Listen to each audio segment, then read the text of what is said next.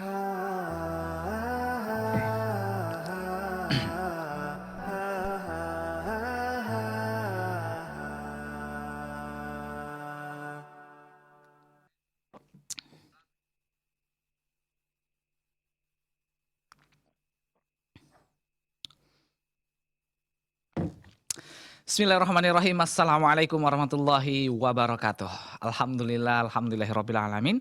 Wassalatu wassalamu ala rasulillahi amma ba'du.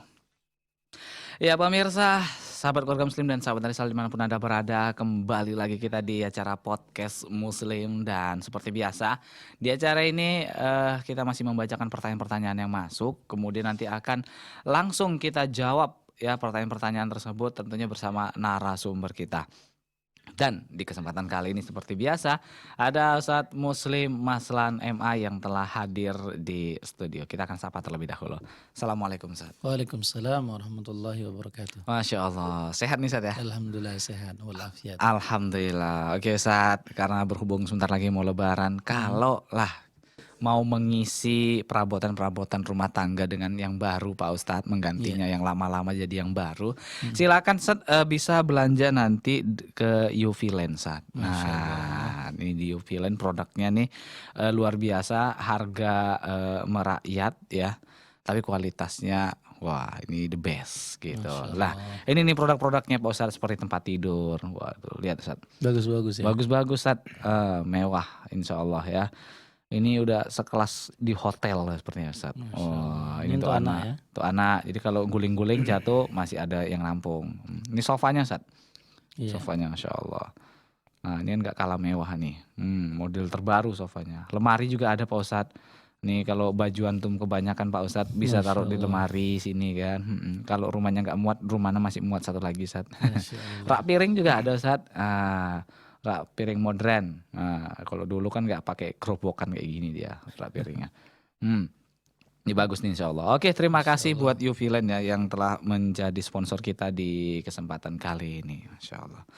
Oke Pak Ustadz, kita akan lanjut ke pertanyaan nih Pak Ustadz ya di kesempatan kali ini. Namun sebelum kita baca Pak Ustadz pertanyaan yang sudah masuk, seperti biasa kami mengajak juga untuk seluruh pemirsa dan pendengar yang ingin bergabung bersama kami. Silakan ya untuk hubungi kami di 0617944282 ya, atau juga bisa melalui SMS dan WhatsApp di 085277992202. Pertanyaan yang sempat terputus di Kamis lalu Pak Ustadz. Yaitu pertanyaan dari Ibu Haryati di Batang Kuis Deli Serdang Sumatera Utara berkaitan tentang puasa di bulan Rajab, sebaiknya berapa kali Pak Ustadz yang dianjurkan, kira-kira apakah full atau setengahnya 15 hari atau mungkin di hari-hari tertentu saja, di awal-awal atau di tengah atau di akhir Pak Ustadz. Ya. Terima kasih kepada Bu Haryati ya. Bismillahirrahmanirrahim. Alhamdulillahirabbil alamin. Wassalatu wassalamu ala asyrafil anbiya wal mursalin wa ala alihi wa sahbihi ajmain, amma ba'd. Nah, mengenai tentang bulan Rajab. Bulan Rajab dikatakan adalah bulan yang dimuliakan oleh Allah Subhanahu wa taala secara langsung. Maka dikatakan ada Ashhurul Hurum, ada bulan-bulan yang dimuliakan oleh Allah Subhanahu wa taala, dan dikatakan bulan ini tidak boleh terjadi perperangan. Nah, bulan itu dikatakan adalah bulan Muharram, dari bulan Zulqa'dah, bulan Zulhijjah, Muharram, yang dikatakan ini adalah bentuk mutasalsil, bentuk urutan. Nah, kemudian yang terpisah dikatakan adalah bulan Rajab. Jadi 4 bulan ini adalah bulan di mana bulan dimuliakan oleh Allah Subhanahu wa taala. Maka salah satunya adalah tidak boleh berperang. Nah, bulan ini yang dimuliakan oleh Allah Subhanahu wa taala ini, kenapa penyebabnya? Maka dikatakan para ulama tidak mengetahui bagaimana penyebabnya, kemudian Allah memuliakan bulan ini adalah ketentuan Allah Subhanahu wa taala. Biarpun dikatakan ini adalah bulan di mana diciptakan langit dan bumi. Nah, kemudian bagaimanakah kaum muslimin yang melakukan ritual-ritual tertentu? Ada beberapa ritual yang dikatakan pertama adalah dengan memperbanyak istighfar. Kemudian dengan banyak melakukan sholat malam pada malam tertentu dikhususkan. Dan juga mengenai tentang ritual melakukan ibadah puasa. Nah, ibadah puasa pada malam-malam tertentu, pada hari-hari tertentu di bulan Rajab ini, maka dikatakan hadisnya adalah tidak ada. Jadi ini bukan satu anjuran yang kemudian disunnahkan oleh Rasulullah SAW. Bahkan dikatakan para ulama, mayoritasnya mengatakan ini termasuk dalam kategori bid'ah. Sama contohnya dikatakan istighfar di malam Jumat pada malam Rajab dikatakan. Dan ini juga berdasarkan hadis marfu dikatakan dari Ali radhiyallahu anhu bahwasanya dikatakan disunnahkan untuk beristighfar. Kemudian setelah diteliti hadis ini adalah dhaif. Hadis ini adalah lemah. Jadi banyaknya periwayatan-periwayatan mengenai tentang bulan Rajab, maka dikatakan ini jatuhnya kepada hadis-hadis yang lemah atau hadis-hadis yang mungkar dikatakan. Maka seyoginya apa ibadah puasa yang harus dilakukan? Ibadah yang dilakukan adalah ibadah-ibadah sunnah yang pasti. Apa itu? Salah satunya adalah Ayyamul Bid. Puasa Senin dan Kamis. Kalaupun mau memperbanyak adalah puasa Daud. Akan tetapi tidak boleh disandarkan kepada puasa untuk pada bulan Rajab. Wallahu ta'ala misal. Oh gitu dia Ustaz ya. Berarti tidak ada puasa khusus kecuali hal-hal yang biasa Ustaz ya. Iya. Puasa-puasa sunnah biasa. Oke, terima kasih Pak Ustadz atas jawabannya. Oke Pak Ustadz, kita lanjut ke pertanyaan Pak Ustadz. Ini berkaitan dengan kepemimpinan Pak Ustadz. Pertanyaannya Ustadz, bolehkah kita itu memilih pemimpin yang tidak beragama Islam? Padahal kita itu mengenal dan mengetahui bahwa dia ini adalah orang yang baik, orang yang amanah. Nah gitu Ustaz. Memang nggak kita pungkiri bahwasannya orang non muslim juga ada juga yang baik Ustaz. Ada yang amanah juga Pak Ustadz. Orang muslim juga banyak yang nggak baik ya. Orang muslim juga banyak yang nggak baik, yang koruptor pun banyak Ustaz. Nah jadi gimana Pak Ustadz? Apakah tetap kita diperbolehkan memilih ya karena memang kita udah kenal sama dia orangnya baik. Iya. Mengenai tentang pemilihan pemimpin, ini adalah salah satu kewajiban. Sama dalam safar saja, ketika kita bertiga dikatakan, maka kata Rasulullah, maka pilihlah di antara mereka satu orang pemimpin untuk memutuskan jalan yang mana. Atau ada perkara-perkara ini dalam perkara berjalan saja.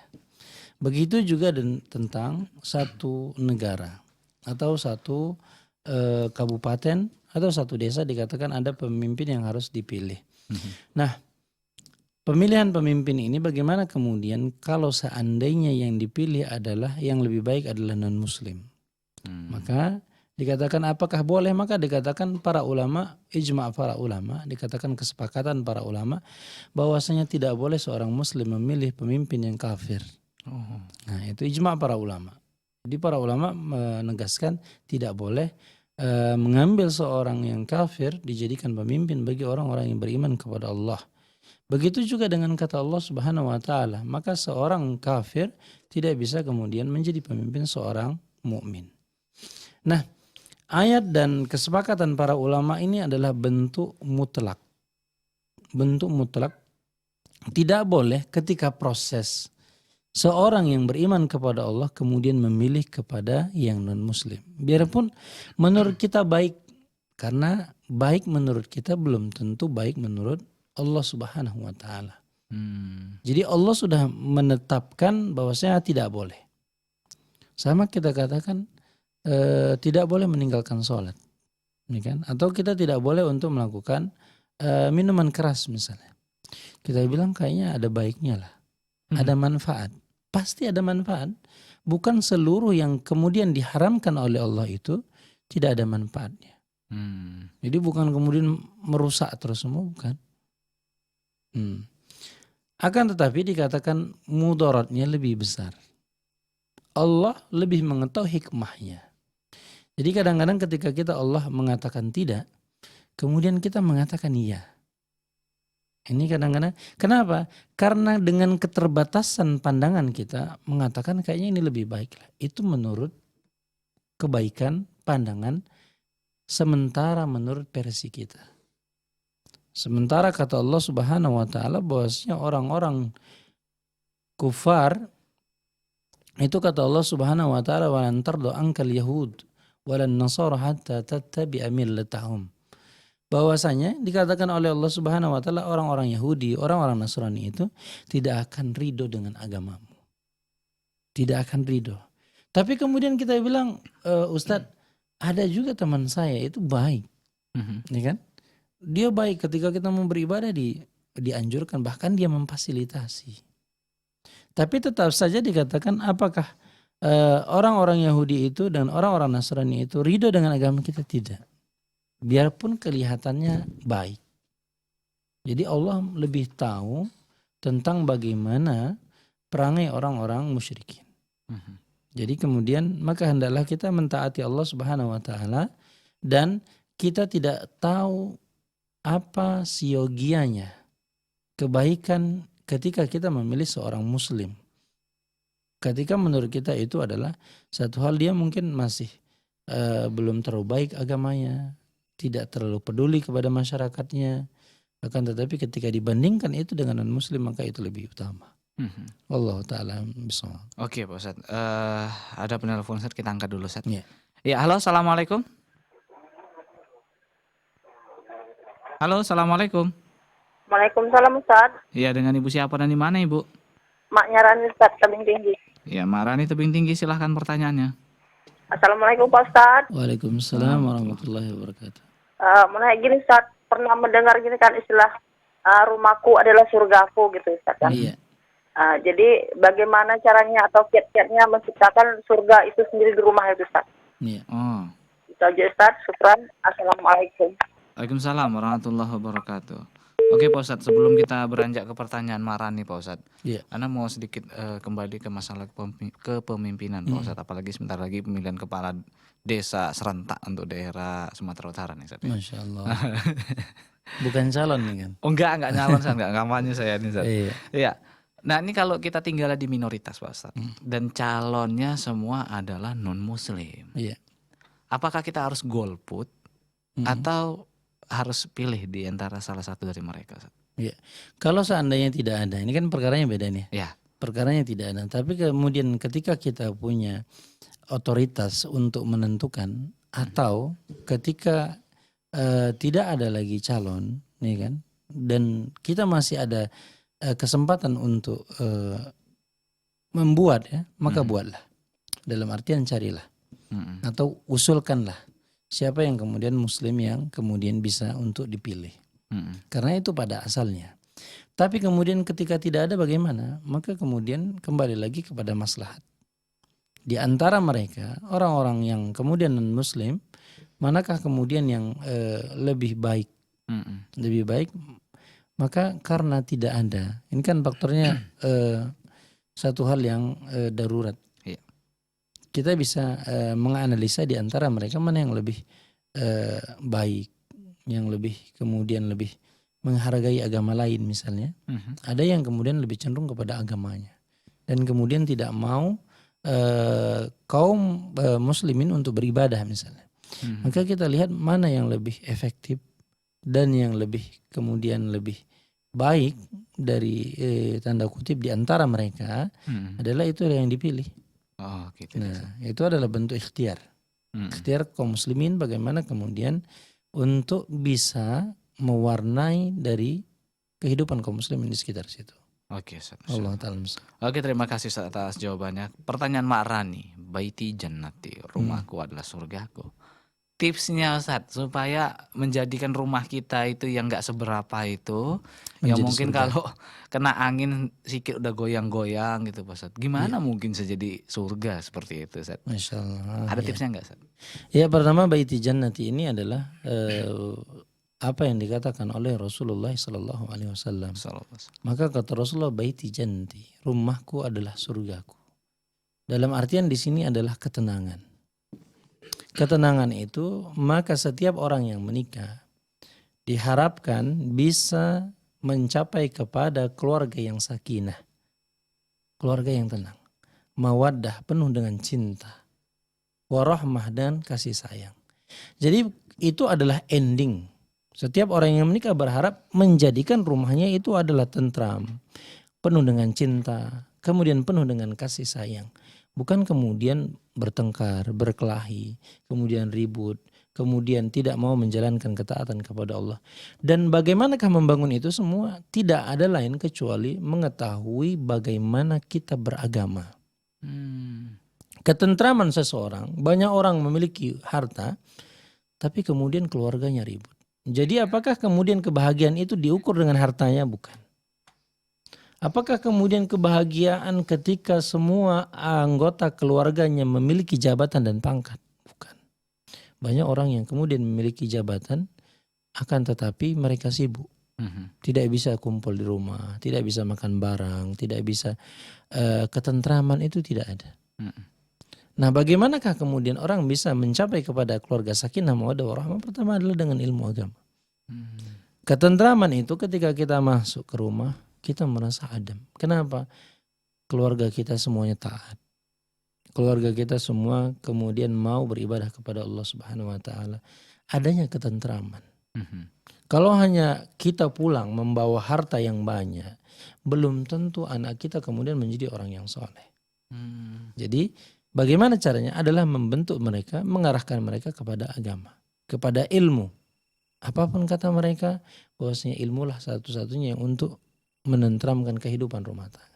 Semakin tahu kita, kemudian kita tahu mana hak suami, mana hak istri, bagaimana tuntutan seorang istri ketika di rumah. Harus dia berhias untuk suaminya, atau dengan kata Allah Subhanahu wa taala wa ashiruhunna bil ma'ruf.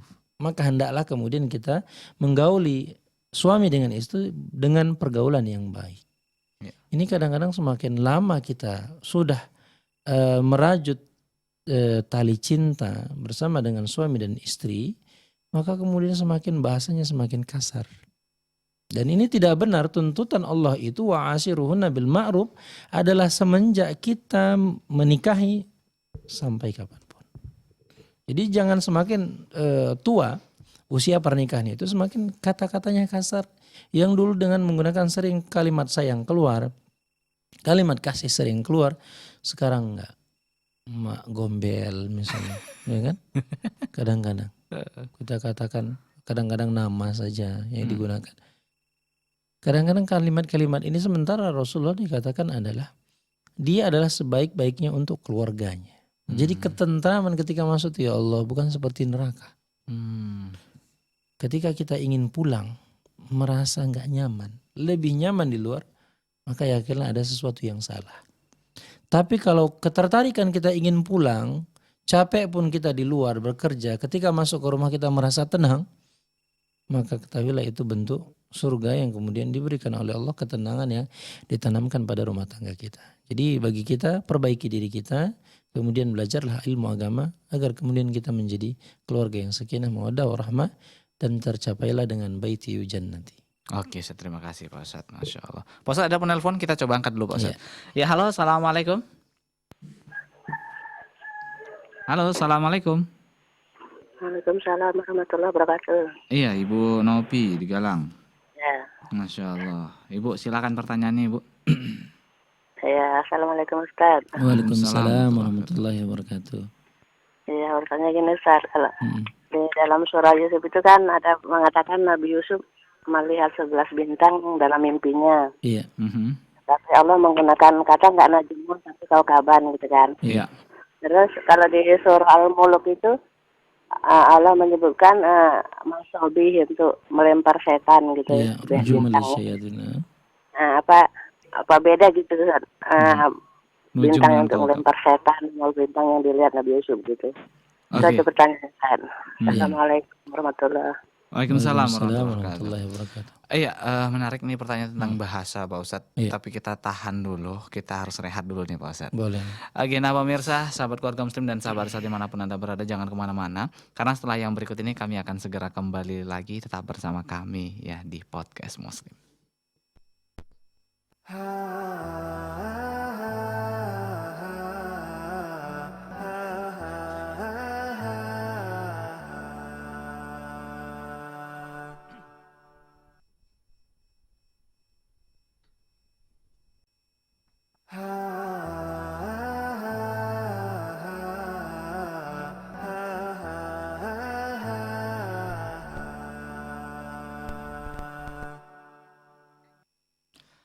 Ya pemirsa, alhamdulillah kita kembali lagi ya di acara Podcast Muslim, dan kembali kami ajak bagi para pemirsa dan pendengar yang ingin bergabung bersama kami, Silakan di 0617944282 atau juga bisa melalui SMS dan WhatsApp-nya di 0852 77992202. Oke Pak Ustadz, pertanyaan dari Bu Nopi berkaitan dengan bahasa nih Pak Ustadz. Dalam surah Yusuf, bintang itu disebutkan ya dalam mimpi Nabi Yusuf ahada asyara kaukab, menggunakan kata kaukab.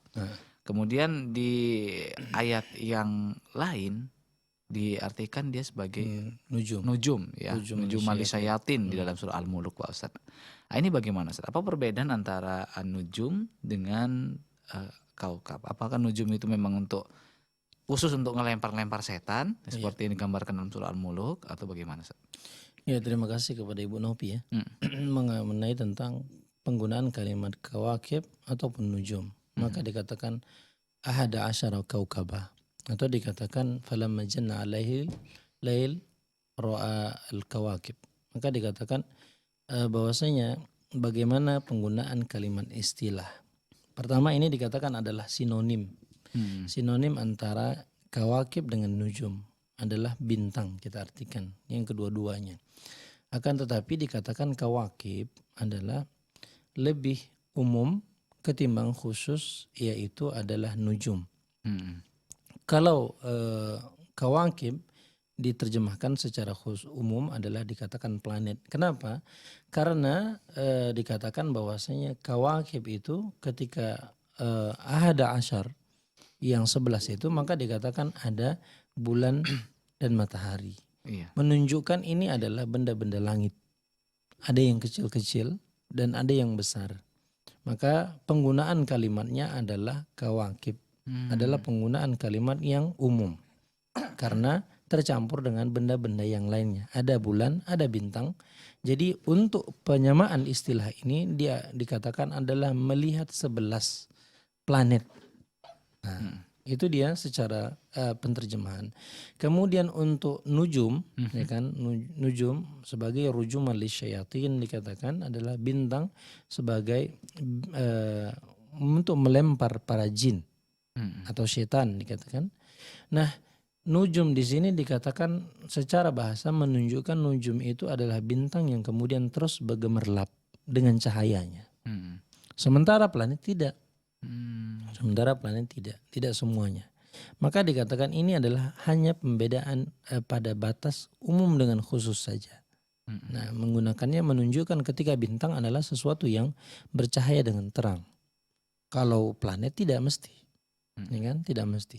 Jadi itu hanya sebatas istilah yang kemudian dibedakan antara nujum dengan kawakib. Wallahu ta'ala bishawab. Gitu dia perbedaannya secara bahasa Ustadz ya. Ini berkaitan dengan bintang Pak Ustadz. Tambahan sedikit. Bintang jatuh kan sering kita lihat nih, ada bintang jatuh gini, lucu gitu.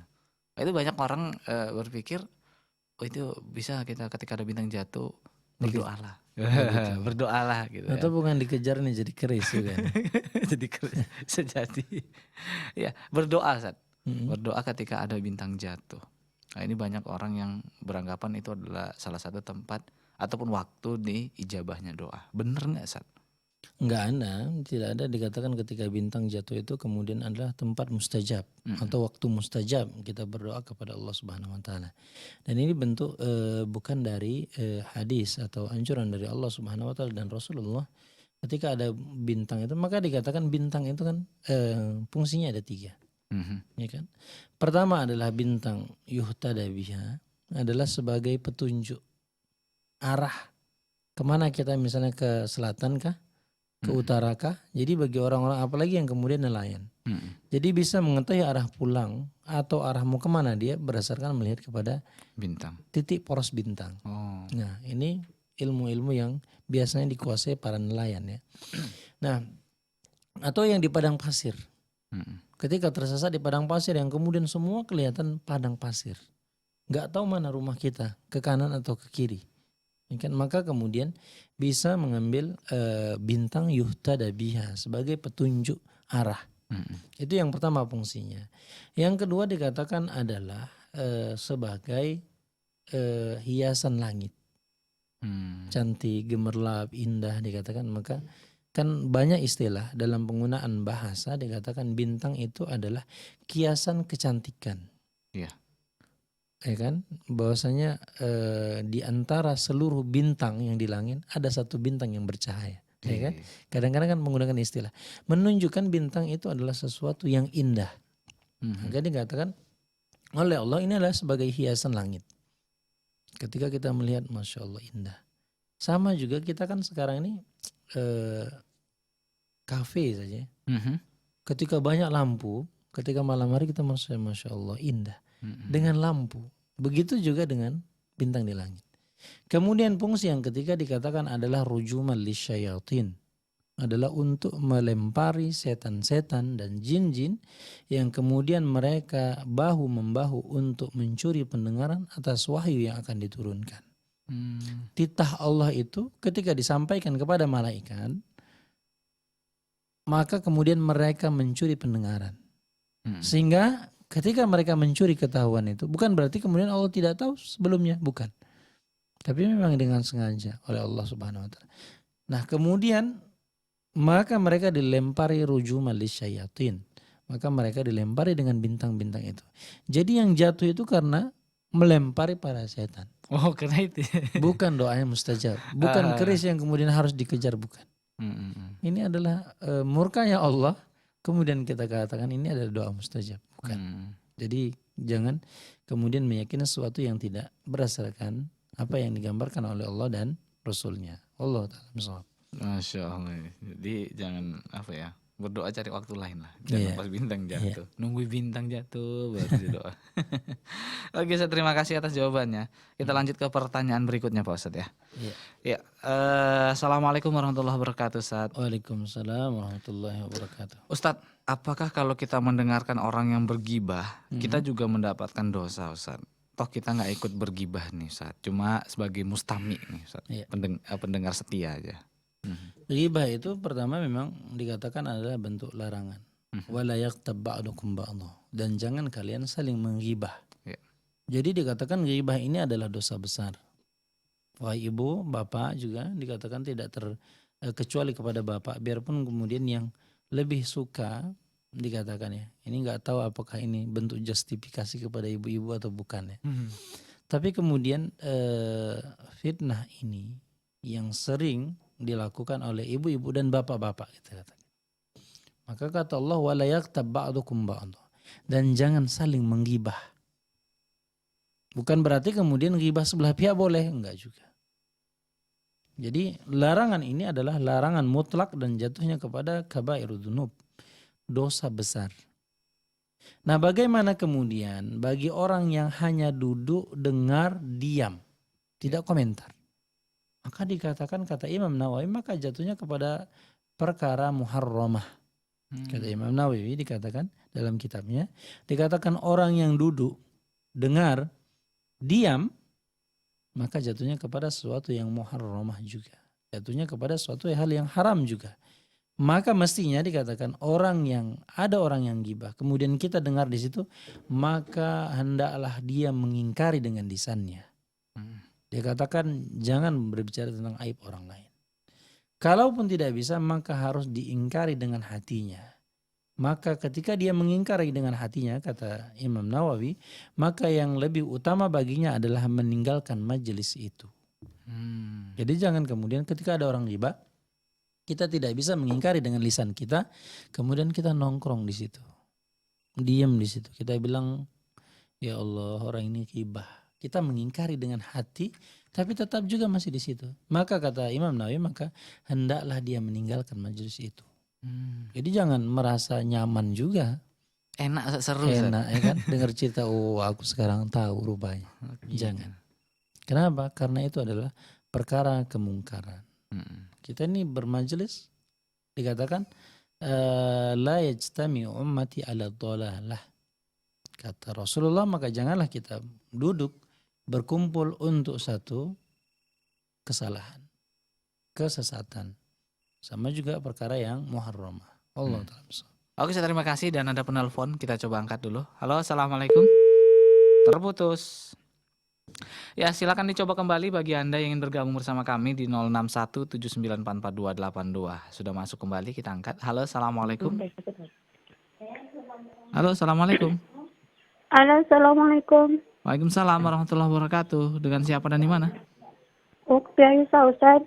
Ukti Aisyah sedang berdagi. Silakan pertanyaannya. Nah, Ustaz. Assalamualaikum warahmatullahi wabarakatuh, Ustaz. Waalaikumsalam warahmatullahi wabarakatuh. Barakallahu fiik, Ustaz. Wa fiki barakallah. Mau bertanya tentang ini, Ustaz. Termasukkah itu riba ataukah tidak ya, Ustaz ya? Begini, Ustaz. Kita utamakan kita saja ya, Ustaz ya. Kita kan dipinjami orang itu, Ustaz. Itu atas sama utang itu kan, Ustaz. Sekitar aja kita bilang kan 1 juta aja, Ustaz ya. Tapi jumlahnya besar itu, Ustaz. Itu uang itu kan mau dikembalikan, namun berhubung yang memberikan hutang tadi kan nggak tahu di mana orangnya gitu, Ustaz ya. Dihubung tidak tahu alamatnya pun sudah hilang gitu, Ustaz. Jadi kan uang ini tadi kan dijadikan gitu, Ustaz, buka usaha gitu, Ustaz. Tapi atas nama yang meminjamkan tadi gitu, Ustaz. Setelah usaha itu nanti kalau umpama jumpa orangnya, usaha itu dikasihkan yang punya hutang tadi, yang memberikan hutang tadi, Ustaz.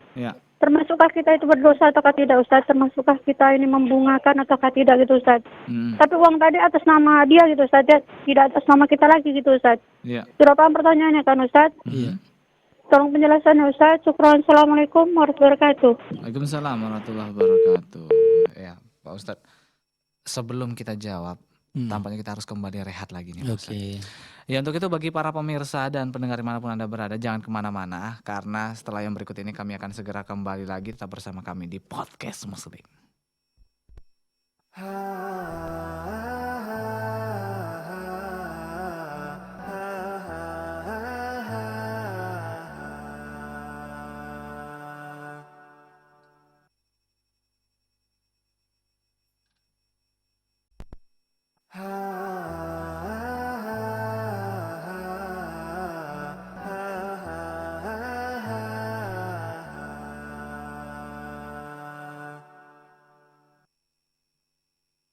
Ya, alhamdulillah pemirsa, kita kembali lagi di acara Podcast Muslim, dan tadi ada pertanyaan datang dari Ukti Aisyah di Serdang Bedagi, Sumatera Utara, berkaitan dengan kita hutang ya 1 juta, pas mau dikembalikan nggak ada orangnya, Pak Ustadz.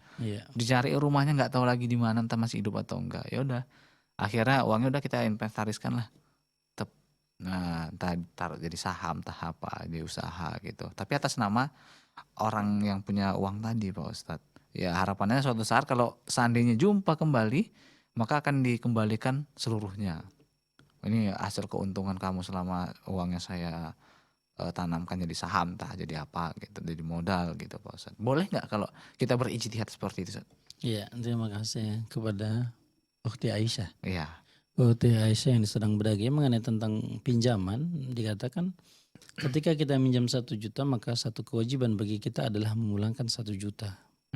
Baik kapannya, ketika orang yang kita cari ternyata tidak ada, kemudian setelah beberapa tahun kemudian kita dapatkan orangnya. Berapakah kewajiban kita? Apakah kemudian bertambah? Maka tidak. Tetap saja yang diwajib untuk dikembalikan adalah 1 juta. Adapun seandainya uang itu kita usahakan dengan nama dia atau tidak atas nama dia, maka secara umum dikatakan tetap saja kewajiban kita mengembalikan 1 juta.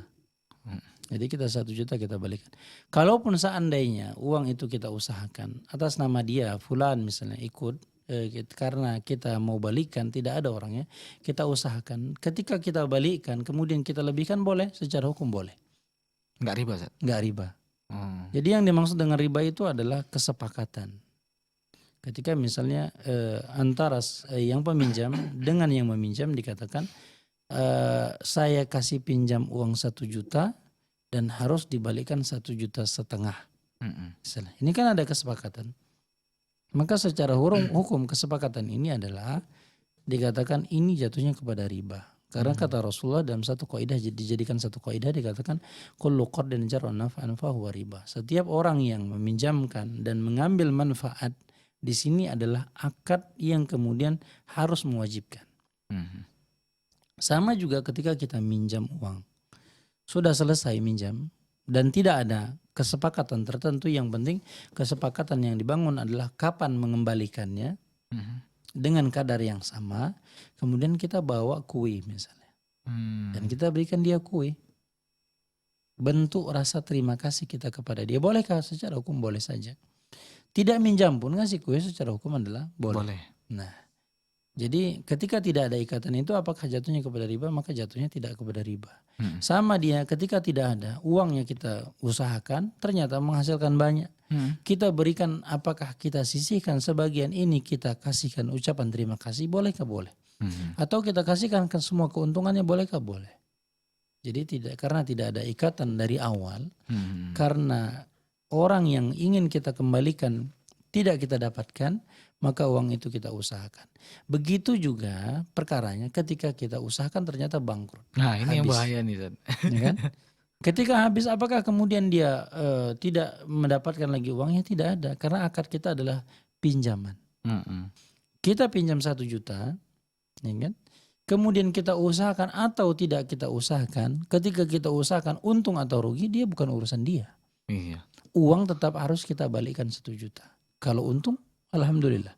Kalau rugi, maka kewajiban itu tetap menjadi kewajiban kita. Karena tidak ada izin, ya kan? Atau bukan akadnya investasi, bukan usaha, bukan bisnis. Jadi ketika akadnya pinjam, sampai kapanpun akan tetap menjadi pinjaman. Ketika rugi, ketika untung, kita apapun bentuknya, kita wajib mengembalikan 1 juta kepada yang meminjamkan. Allah ta'ala misal. Oh gitu saja. Jadi nggak ada cerita pas ditagih, Iya. pas tiba-tiba dia nongol, ya kau kayaknya dulu punya utang 1 juta ya, udah ku investasikan, Iya. qadarullah rugi. Ya udahlah, habis lah utangku berarti. Nggak ada cerita gitu. Nggak ada. Ketika untung dikatakan mau dikasih niatnya. Tapi gitu rugi. Oke Ustaz, kita lanjut ke pertanyaan berikutnya Pak Ustaz. Iya. Ya, pertanyaan berikutnya adalah, Ustadz, bukankah kalau kita banyak mendekatkan diri kepada Allah, maka kita tuh seharusnya nih Ustadz menjadi orang yang sangat soleh Ustadz? Iya. Ya, harusnya Ustadz. Akan tetapi saya sering itu melihat banyak orang yang malah dia menjadi seperti orang gila Pak Ustadz. Seperti orang gila. Iya. Ini bagaimana Ustadz? Apakah memang seharusnya kita jangan terlalu alim-alim kali, jangan terlalu dekat-dekat kali sama Allah, jadi muslim yang biasa-biasa aja, atau bagaimana Ustaz? Iya, asalnya dikatakan ketika orang bertakwa kepada Allah Subhanahu wa taala, maka dia semakin berakal. Iya. Pada asalnya. Karena dia dekat dengan Allah Subhanahu wa taala. Tidak ada orang yang kemudian semakin dia taat beribadah, kemudian mempelajari ilmu syar'i, maka kemudian dia semakin gila. Dikatakan tidak benar. Pernyataan ini tidak benar. Kalaupun ada contoh-contoh salah, yakinlah ilmu yang dipelajarinya salah. Melampaui dari batas ambang yang diwajibkan. Contohnya apa? Dikatakan banyak orang yang kemudian jatuh kepada ranah menjadi orang gila ketika dia mengkaji sesuatu hal yang tidak dimestikan. Contohnya adalah mempelajari sifat Allah Subhanahu wa taala. Yang dikatakan ini perkaranya adalah perkara gaib. Kita beriman sebatas apa yang diberitakan saja. Dikatakan Allah itu misalnya mendengar. Kita berpikir luar biasa bagaimana mendengarnya Allah. Ketika dikatakan bahwasanya Ar-Rahman ala arsy istawa. Kan? Dikatakan bahwasanya Allah itu bersemayam di atas ars. Kita berpikir bagaimana cara duduknya Allah misalnya. Sementara kita tidak diperbolehkan. Berbicara tentang Allah Subhanahu wa taala adalah perkara amrun tauqifiyah. Perkara yang kita terima apa adanya saja. Maka dikatakan Imam Malik ketika ada orang yang bertanya bagaimana cara duduknya, maka jatuhnya kepada perkara yang bidah. Nah, banyak orang yang kemudian menggali ini. Sehingga kemudian dia karena daya nalar yang tidak cukup, terbatas, tidak bisa, karena ini perkara ghaib, perkara Allah yang mengetahui. Dan kita mengatakan Allah duduk, Allah mendengar, Allah kemudian berbicara, itu berdasarkan apa yang dikatakan oleh Allah. Berbicaranya Allah jangan kita pikirkan bagaimana berbicaranya. Banyaknya orang yang kemudian terjerumus menjadi orang yang gila ketika dia berbicara tentang tauhid kepada Allah Subhanahu wa taala. Karena terlalu memporsir sesuatu hal yang tidak dianjurkan oleh Allah dan Rasulnya. Kan perkaranya adalah perkara tauqifi ya. Dikatakan ketika Allah turun ke muka bumi ini di sepertiga malam, ya kan? Kemudian bagaimana caranya Allah turun sementara waktu berbeda-beda?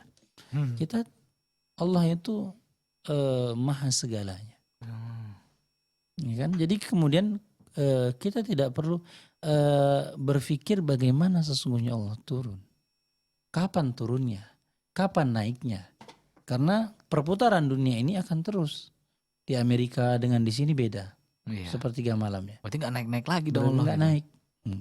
Sama juga ketika kita misalnya dikatakan ketika kata Rasulullah SAW dalam sebuah hadisnya dikatakan ketika kita mengatakan Alhamdulillahi Rabbil Alamin, Allah menjawab Hamadani ya abdi, Ar-Rahmanir Rahim majjanani abdi. Kata Allah Subhanahu wa ta'ala. Allah menjawab. Dikatakan kan beda waktu sholat. Apa Allah terus menjawab setiap waktunya? Atau dengan banyak orang? Nah dikatakan innallaha ala kulli syai'in qadir. Bahwasanya Allah itu maha mampu. Jadi jangan berpikir, ini kebanyakan orang yang kemudian ketika dia membahas tentang asma sifat Allah Subhanahu wa ta'ala berlebihan di dalam melebihkan porsi yang diwajibkan kemudian sehingga mereka kemudian salah. Ya. Dan kita katakan ini salah. Ini bukan porsi yang dituntut. Maka bagi orang yang taat kepada Allah berdasarkan realnya, maka tidak ada orang yang kemudian menjadi gila. Buktinya adalah para sahabat ridwanullahu alaihim. Bahwasanya para sahabat itu bagaimana kemudian taat kepada Allah Subhanahu wa ta'ala dan berakal. Jadi tidak ada yang dikatakan mereka itu gila. Karena apa? Karena belajar bersama dengan Nabi. Nggak ada. Tidak ada yang dicontohkan tabi'in. Para ulama-ulama tidak ada. Jadi kemudian kita yang mengambil bukan porsi kita sehingga kemudian menjadi gila. Wallahu ta'ala bishawab. Oke Ustaz, terima kasih atas jawabannya Ustaz. Berarti harus diperhatikan lagi ya, kita menuntut ilmu Ustaz ya. Jangan sembarangan ya. Jangan-jangan nanti kita korban selanjutnya nih kalau kita salah belajar nih. Iya.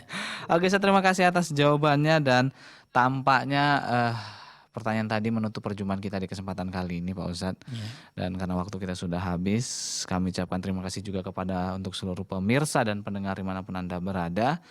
Dan langsung aja Pak Ustadz kita tutup perjumpaan kita ya dengan doa kafaratul majelis.